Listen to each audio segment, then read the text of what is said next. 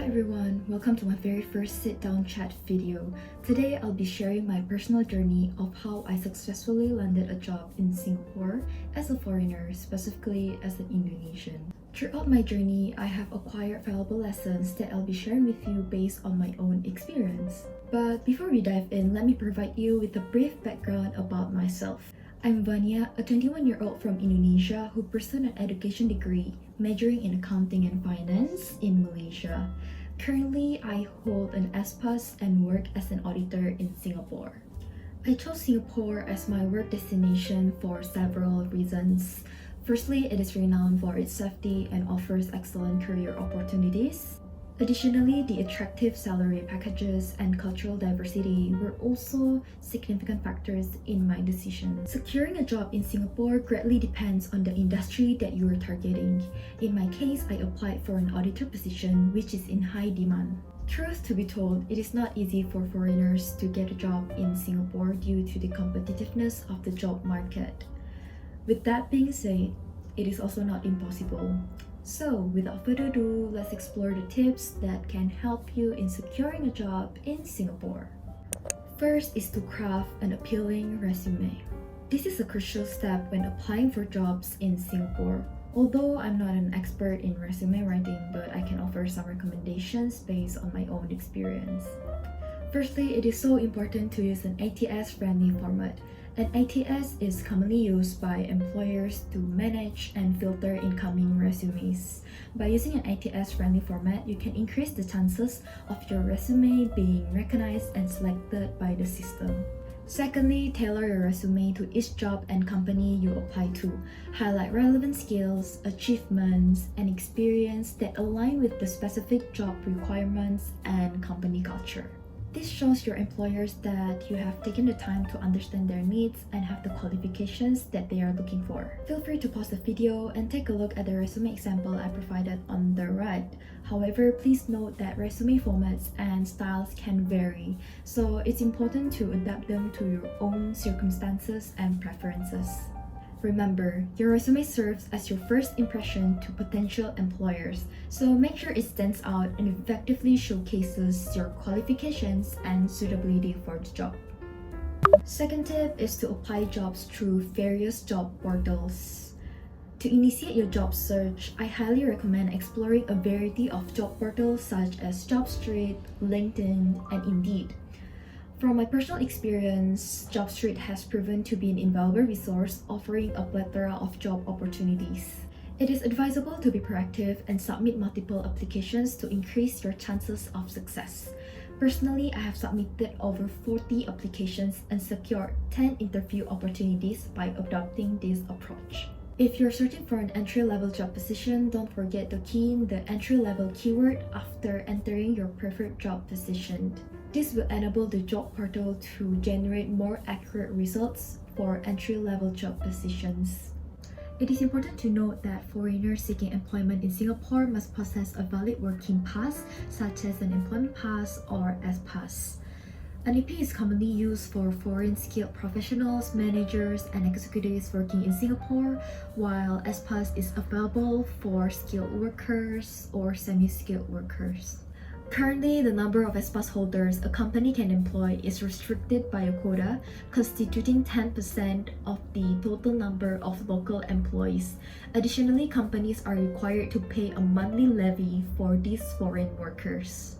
Meeting the eligibility criteria for S-Pass can prove challenging, particularly for fresh graduates and individuals with limited work experience like myself. However, if you have years of working experience, a good university degree, professional qualifications, and specialized skills, the company might be able to sponsor you an employment pass.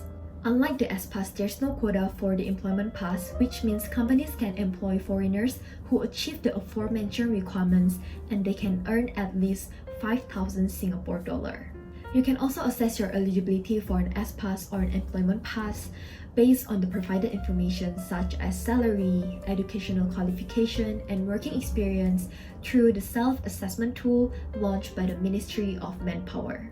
It is important to bear in mind that the SAT does not guarantee the outcome of your application, as there are additional criteria such as your employer's quota for S-Pass, your personal history, and undisclosed factors assessed by the MOM.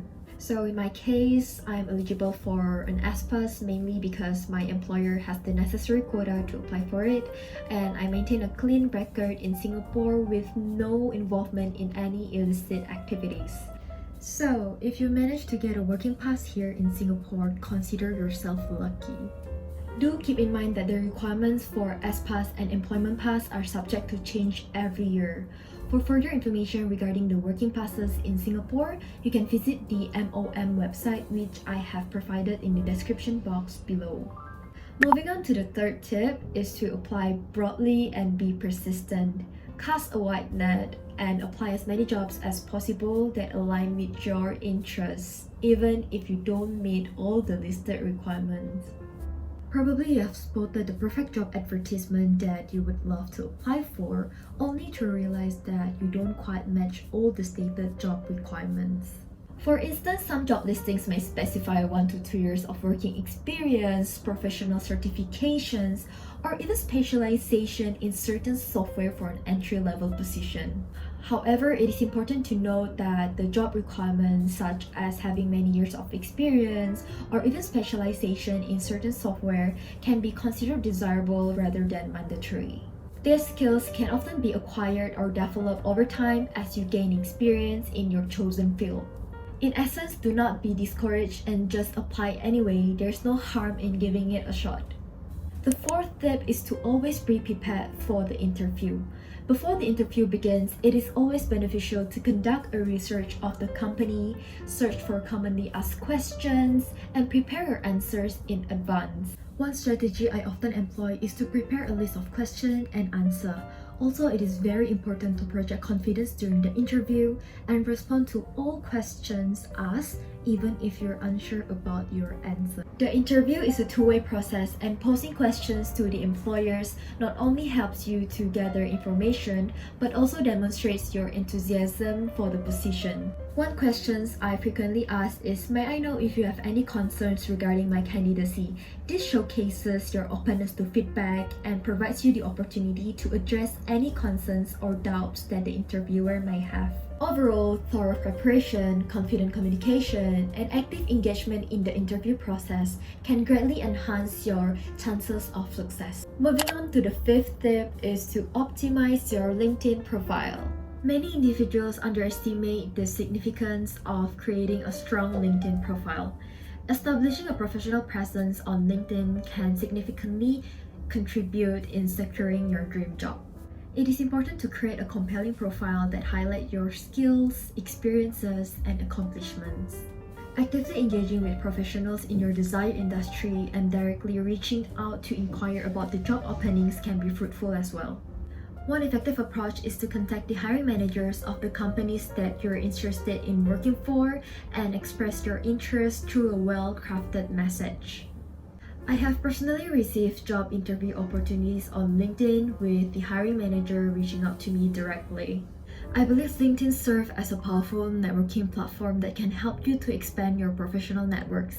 So investing time and effort into building a strong presence on LinkedIn can be highly advantageous for you and also for your future career prospect. The last tip is to stay consistent and always pray. Consistently apply 3 to 5 jobs per day is an excellent tip that I would like to share with all of you. By maintaining this level of daily jobs applications, you can increase your chances of finding the suitable job opportunities. Securing a job in Singapore can be challenging and you may encounter numerous obstacles along the way. However, it is crucial to not let rejections discourage you or make you give up. Remember, each rejection brings you closer to the right opportunity. During my job application process, I faced several rejections, primarily due to the companies being unable to apply for a working visa on my behalf. These rejections were disheartening, and at times I began to doubt my prospect. However, I chose to persevere, applied for as many jobs as possible, and eventually I found the right fit for me. I also want to emphasize the significant role that prayer played in my journey. When combined with hard work, prayer can increase your chances of achieving your dreams. So that concludes the tips and insights on how I managed to get a job in Singapore. I hope you find this video helpful, and if you have any questions, please feel free to drop them below in the comment section. I will do my best to answer them. Thank you so much and see you in the next video. Bye!